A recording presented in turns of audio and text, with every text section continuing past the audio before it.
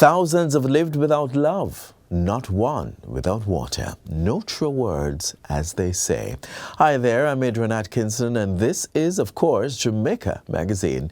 It's going to be another good show, and like the precious liquid that sustains life, we don't want to waste a drop of it. So let's get started.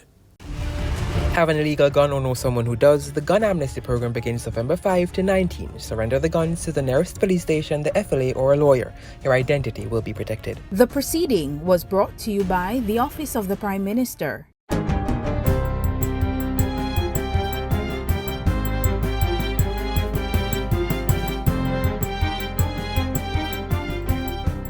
Good day, I'm Theodore Henry, and this is your JIS News for Tuesday, November 15, 2022.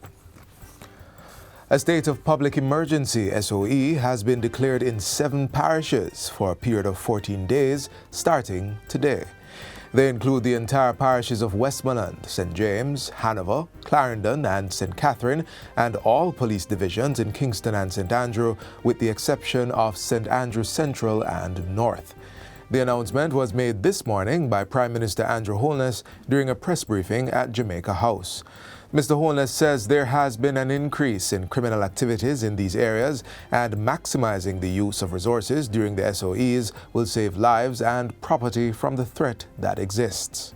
We expect, as we have seen, that once we have implemented a state of public emergency, there is a residual effect. So we expect that even for 14 days, we will have an impact on murder rates, a positive impact on public order, and a positive impact on the recovery of guns, and a positive impact on the reduction of shootings, and a general improvement of the security circumstances heading into the Christmas season.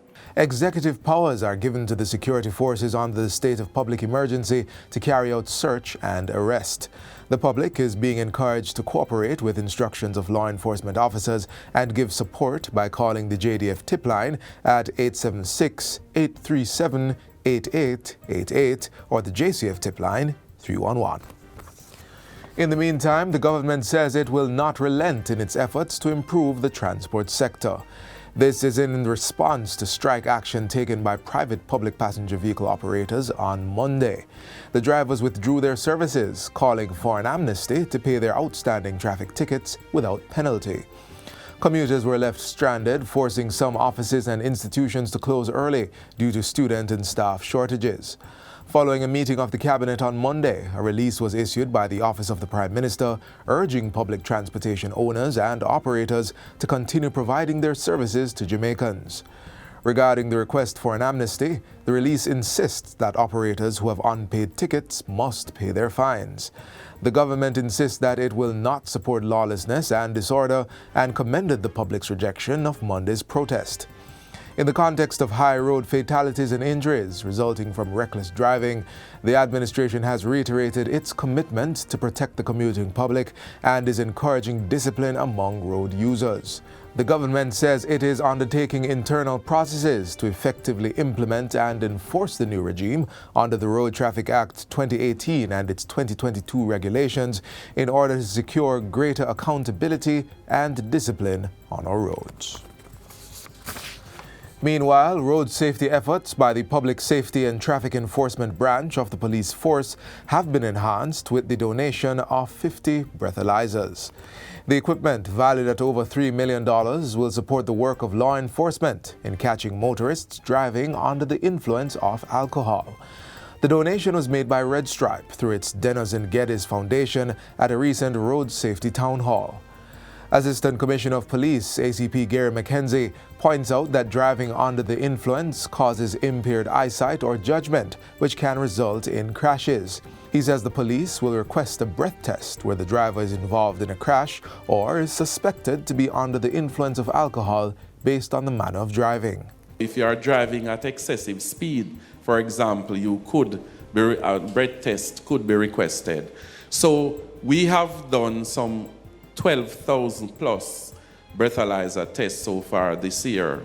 And we aim to do much more because when we look at our data, the spread at which we want those tests to be done, we are not sufficiently comfortable. A new site has been identified for the construction of a fit-for-purpose police station in Port Maria, St. Mary. Minister of National Security Dr. Horace Chang and relevant stakeholders recently toured the 30-acre property, which is located near the Port Maria Hospital. It's enough to do not only a police station, but to look at a whole new municipal center for Port Maria. The government's thinking is on that line, but right now we need a police station very quickly. We have the funding and we have the need. The properties owned by the Commission of Lands and Construction is expected to begin after the completion of the acquisition process and finalization of designs for the new station. Commissioner of Police Major General Anthony Anderson is now looking for a temporary location to house officers stationed at the current base following recurrent flooding in that space. Persons can now access direct flights between Kingston and Santo Domingo in the Dominican Republic. The service, which officially began yesterday, is being operated by Arajet. The straight flight will reduce travel time between both countries from more than 20 hours via Miami to less than 2 hours. The service also comes at a cheaper cost for a round trip at $252 down from the average $800. Minister of Tourism Edmund Bartlett said the achievement is a major milestone.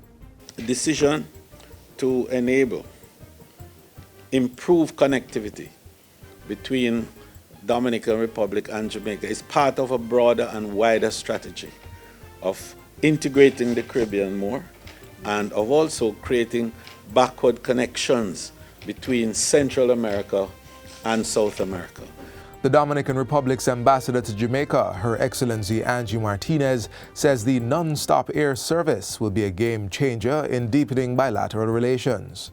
Having direct flight that connects Jamaica and the Dominican Republic is a need, it's a necessity, but it's also a dream that today we are seeing come true.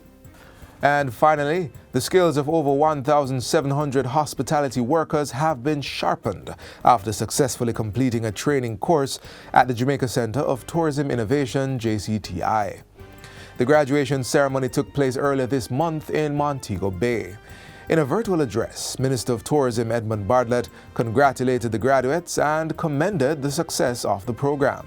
I'm particularly pleased to see among those receiving certification are 600 small food operators, 65 chefs, and 40 persons with a certificate from the University of the West Indies in tourism and the law. I single these out because it is heartening to know that interest in tourism among Jamaicans is growing. According to Minister Bartlett, there are plans to expand the JCTI program to align with the American Culinary Federation certification. I can announce also that the JCTI is currently in the final stages of rolling out a new one-year program to expedite the certification of sous chefs in collaboration with the Heart NSTA Trust and the ACF. And that's it for JIS News Today. I'm Theodore Henry. Thanks for watching.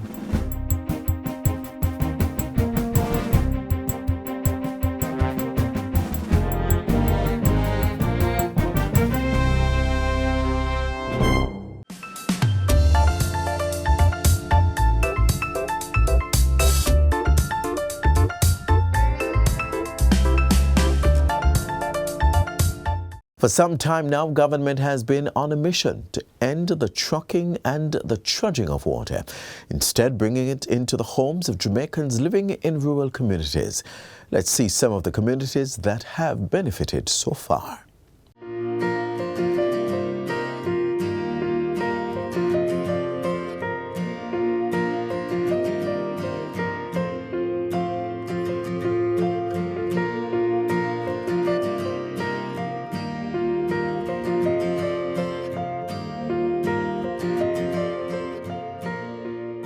For you every day, you have to contemplate how you're going to live your life without water.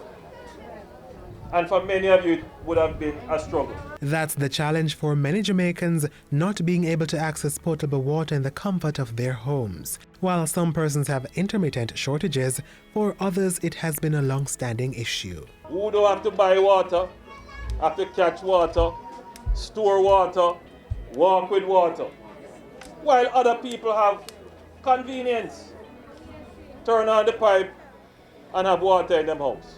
Why you can't have that? The government has been putting a serious dent into this burning issue by making water available to communities across the island. This is being done through the combined efforts of the National Water Commission (NWC) and the Rural Water Supply Limited (RSWL). In modern Jamaica, we should reach the point where everybody has potable water, meaning water that you can drink, water that you can use to do your domestic chores with in your home, and that is our goal.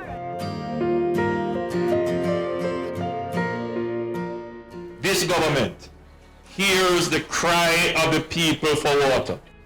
Water is necessary for your fields, but it is necessary also for your homes.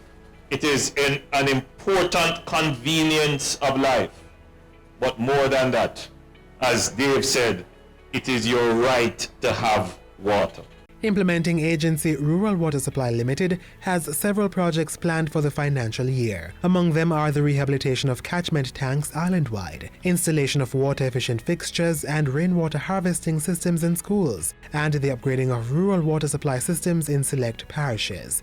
Already, the RSWL has delivered the Flower Hill water supply system. 30 years in the making, the $110 million project will supply water to Flower Hill and adjoining communities.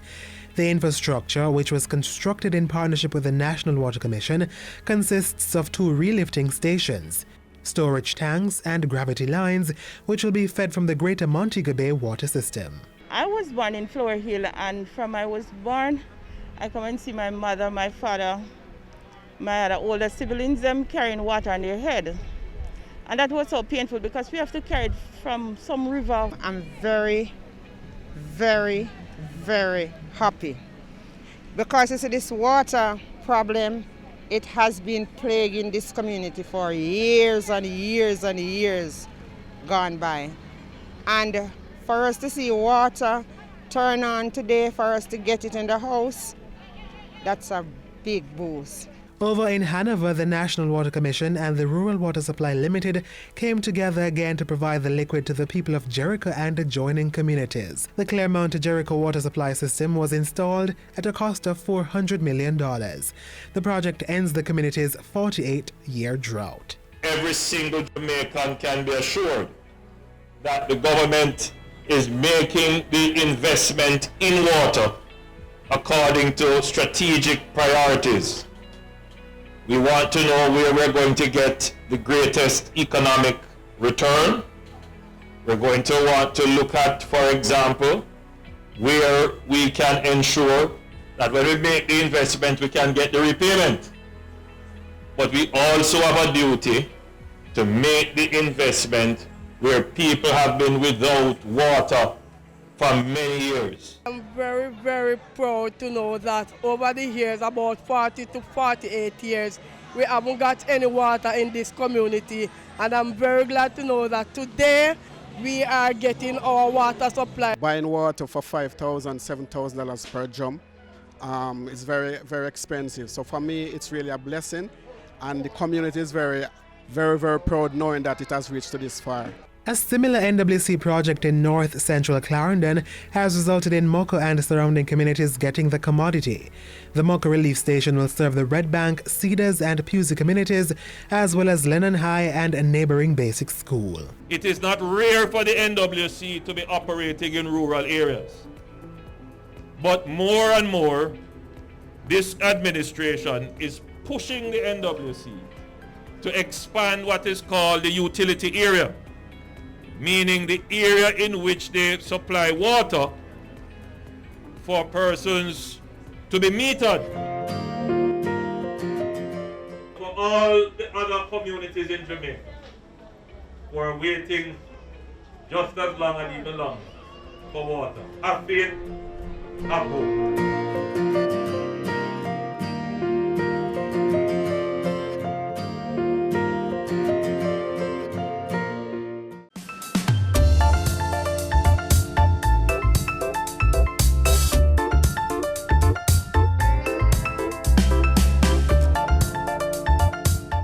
Shelter, like water, is a basic human right. In this week's Jamaica House Weekly, the Prime Minister breaks ground on a 248 housing development in the corporate area. That and other developments from the past week right now.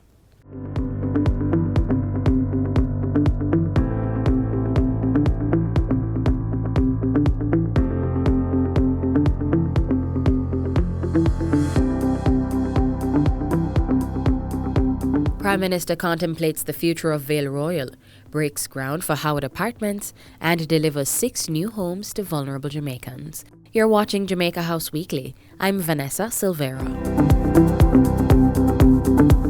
First up, Prime Minister Andrew Holness began his week in Parliament, where he answered questions about the future of Vale Royal. Mr. Holness made it clear that there were no plans to permanently close or sell the property, which is designated as the official residence of the Prime Minister of Jamaica.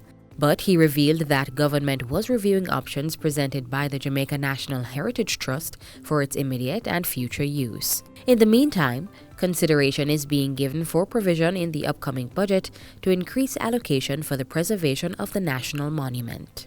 An assessment has been done, and a proposal for its restoration will guide this work. And we are now reviewing costings, as I've said, at this time. As the first priority, we will be ensuring that all repairs required to ensure that the integrity and decor of the building is maintained. The Prime Minister said there had been some deterioration in the facade and exterior ceiling work, which limited use of the building due to safety concerns. Allocations to Vale Royal were delayed due to priority focus on the management of the COVID-19 pandemic. On Wednesday, Prime Minister Andrew Holness broke ground for the Howard Apartments development, a project which will see 248 more solutions being added to the housing market. The development is being executed by the National Housing Trust in partnership with Centauri Real Estate Company Limited under the NHT's Guaranteed Purchase Program, the GPP. Mr. Holness called on more developers to join with the NHT to deliver homes under the GPP, which he says will allow more Jamaicans to purchase homes within an affordable price range. The way in which this government has operated, we have minimized the political risk, and we have minimized the fiscal risk, and we have minimized the policy risk for the private sector investors to come and participate in these programs, which have a very high positive social externality for the people who will benefit. The Prime Minister says while the cost of the units at the Howard Apartments are still to be determined, the complex will feature green spaces and other amenities that will improve the social value of residents in Kingston 11. This will not only be a housing development with apartments. There are significant amenities which will be built in. I'm happy to see that there will be a play area for children. You will have various gazebos spread around the property. There will be an exercise area. You will have a rooftop garden. You will have adequate green space to create a jogging trail or a walking trail around the property. These are things that add greater value. Man, God is good. God is good. I am so overwhelmed. Jordine Mason and her family are among the latest beneficiaries of the government's new social housing program, the NSHP. Prime Minister Andrew Holness handed over 6 new homes to recipients in Clarendon and St. Catherine last Thursday.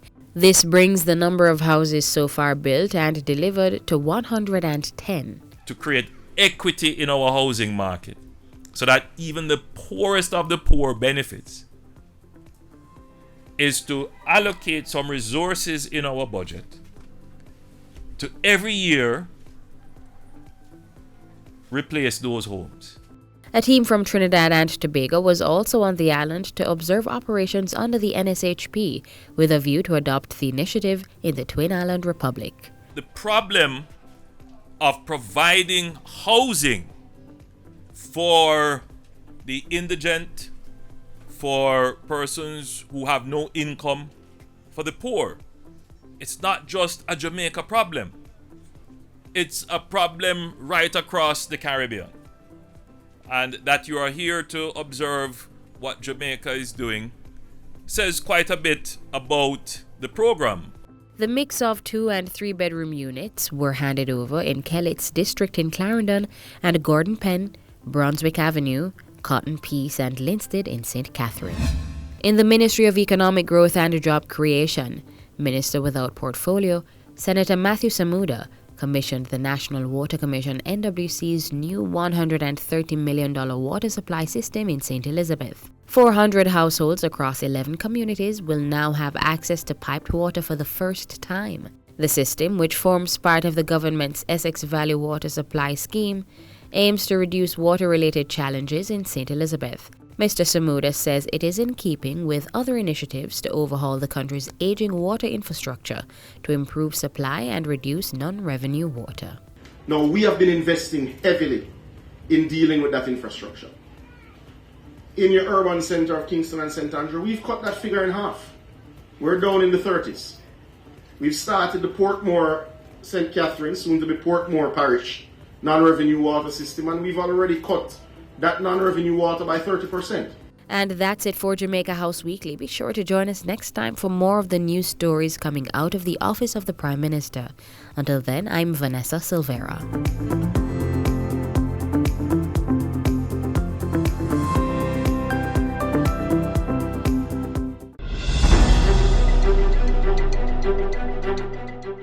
Every Jamaican has the right to know what is happening in Parliament, to know when new laws are being passed, and to give their opinions on legislation before either house. Every Jamaican has the right to see their representatives in action, making laws, holding the executive to account, representing the people, working for the benefit of all Jamaicans. It is your right to observe first-hand meetings of the Senate, meetings of the House of Representatives, and the meetings of parliamentary committees. You may also take a tour of your parliament. To find out more about the Houses of Parliament, please call 876-922-0200, follow us on Instagram and Facebook, or visit our website at www.japarliament.gov.jm.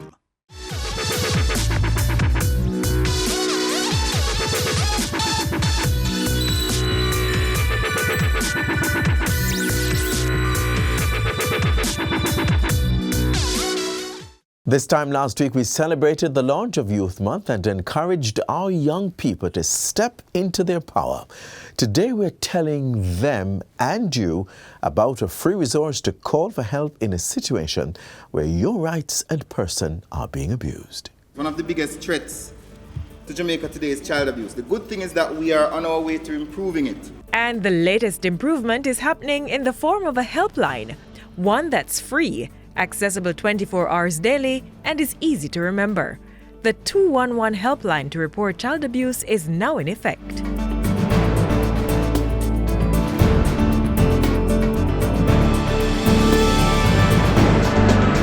The Child Protection and Family Services Agency CPFSA has renewed its efforts to have a 3-digit telephone number to replace the existing 10-digit line 888-PROTECT, assigned to the National Children's Registry, the NCR.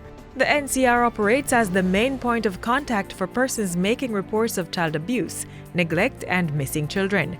It also handles reports of child trafficking, which is handled by the National Task Force Against Trafficking in Persons, NATFATIP. But why was it so important for this renewed call to take effect, and why now?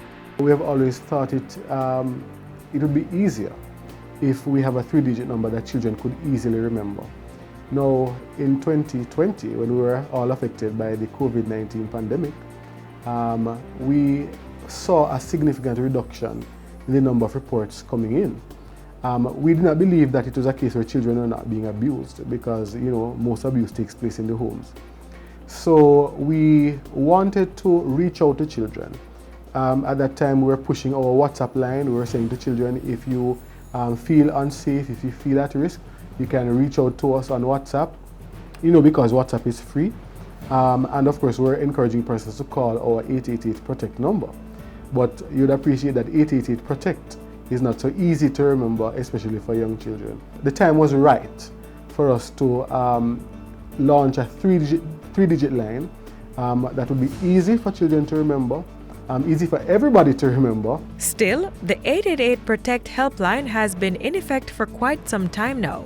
So, what exactly will this new 211 line mean for its operation? So, the 888-PROTECT number is still in operation. What we actually did was put the 211 onto the 88-PROTECT, if that makes any sense. So, if you call either number, they both terminate at the same place. So the calls will come into the same lines.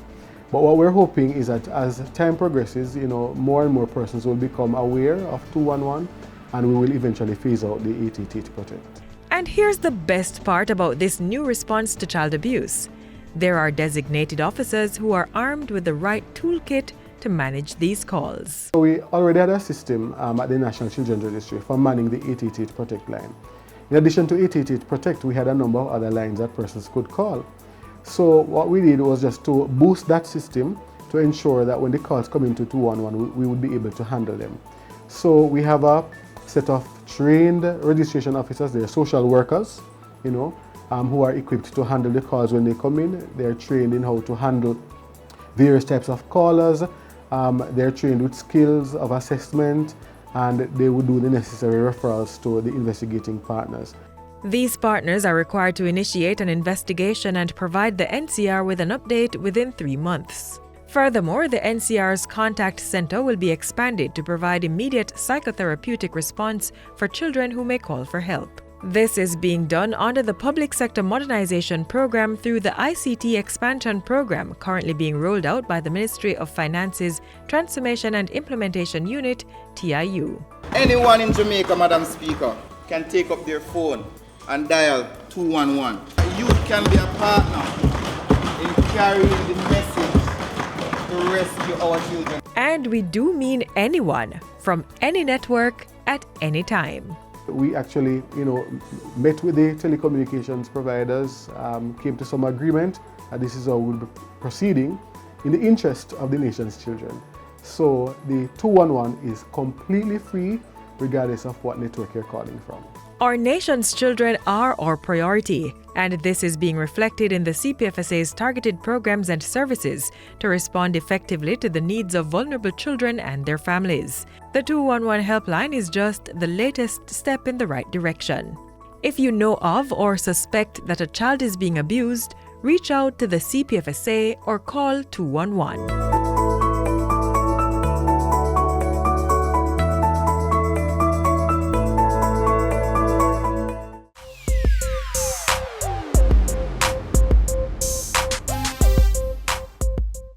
Alas, we've exhausted the time allotted to us for today's show.